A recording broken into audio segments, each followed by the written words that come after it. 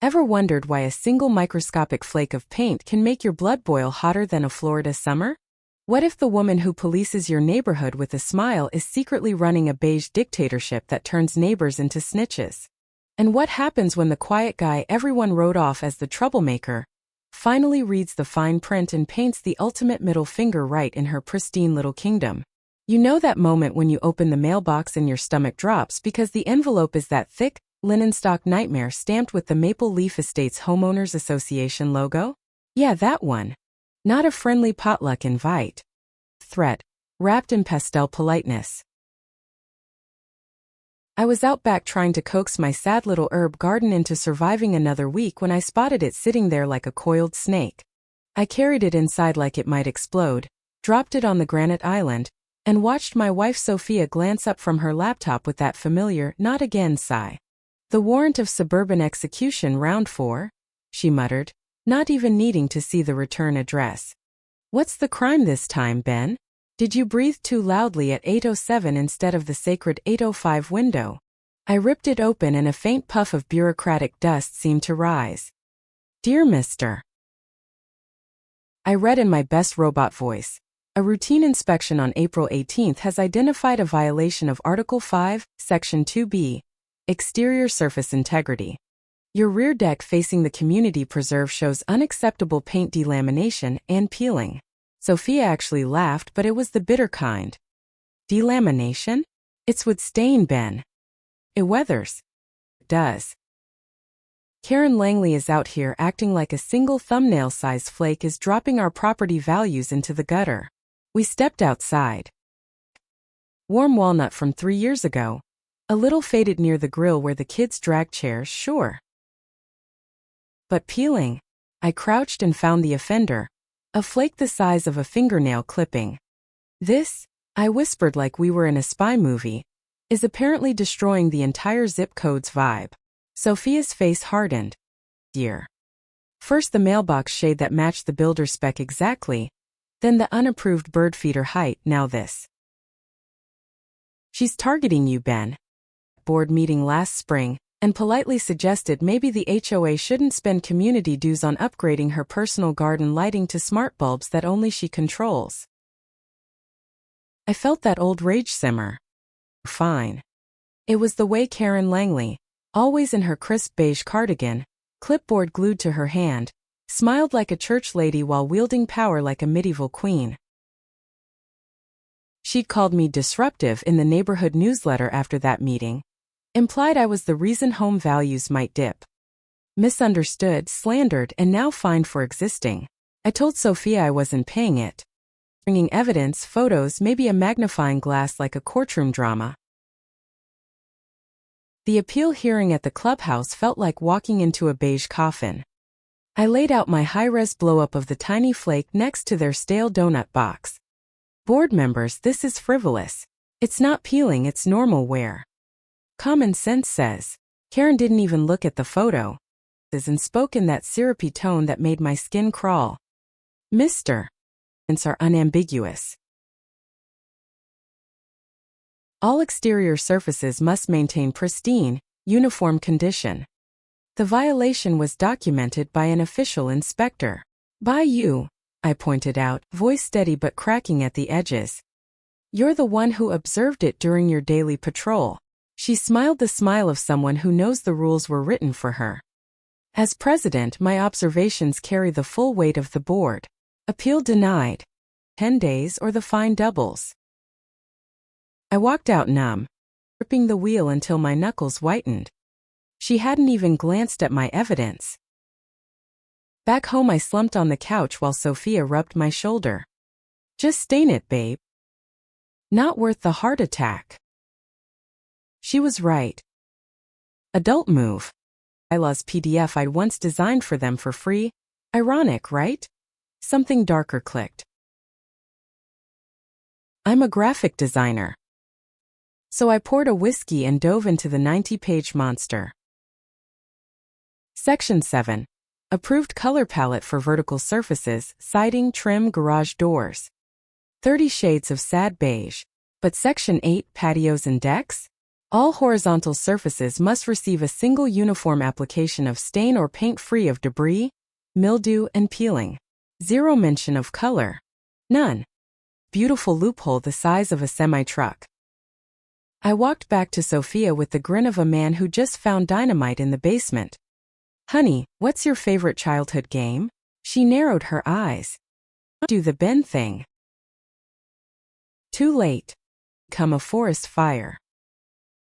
The next morning I was possessed. Anymore. This was about making Karen Langley choke on her own precious covenants. I sanded the entire 20 by 20 deck down to raw pine, hired Mateo, the local deck wizard who'd done half the neighborhood's emergency repairs after Karen's inspections. When I told him the plan, he nearly dropped his sander laughing. A full-scale twister board? In screaming primary colors? On a horizontal surface with zero color restrictions? Ben, you're a legend. I'll throw in the stencil layout for free. Just send me pictures of her face when she sees it. That's my payment. For 2 days the whine of belt sanders became my personal anthem of rebellion. Karen patrolled the preserve path every afternoon like clockwork. She spotted the crew, gave a smug little nod, peasant complying, and kept walking. I raised my coffee in silent toast. Enjoy the rectification, Karen. Weekend came and we painted like maniacs. 3 coats of blinding high-gloss white deck paint first, legal uniform pristine by every definition in her sacred book. Then the stencils. Giant red, blue, green, yellow circles. Right foot red, left hand green, the works. Sophia, who'd called me insane 48 hours earlier, was now knee-deep in paint, hair tied back, laughing maniacally. If we're going to war, we're doing it in Technicolor. By Sunday night we stood on the lawn staring at our masterpiece.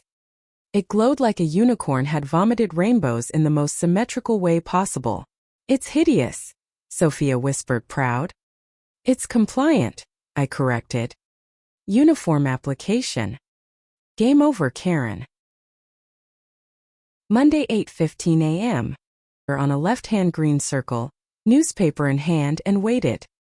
Right on schedule, her beige silhouette appeared on the path. 20 yards past my property line, the explosion happened in slow motion. Her head snapped around so fast I thought she'd get whiplash. Sunglasses slid down her nose. Mouth fell open. My perfectly compliant 3-inch lawn like a charging bull. What is that? She hissed, face cycling through shades of rage not found in nature. I smiled the sweetest smile. High gloss finish, single uniform application, just like Section 8 demands. No peeling, no mildew, pristine as a newborn baby. Those colors are not approved. She jabbed a finger at the yellow circle like it had personally offended her ancestors. But here's the fun part. I pulled out my printed bylaws. Section 7's earth tone palette?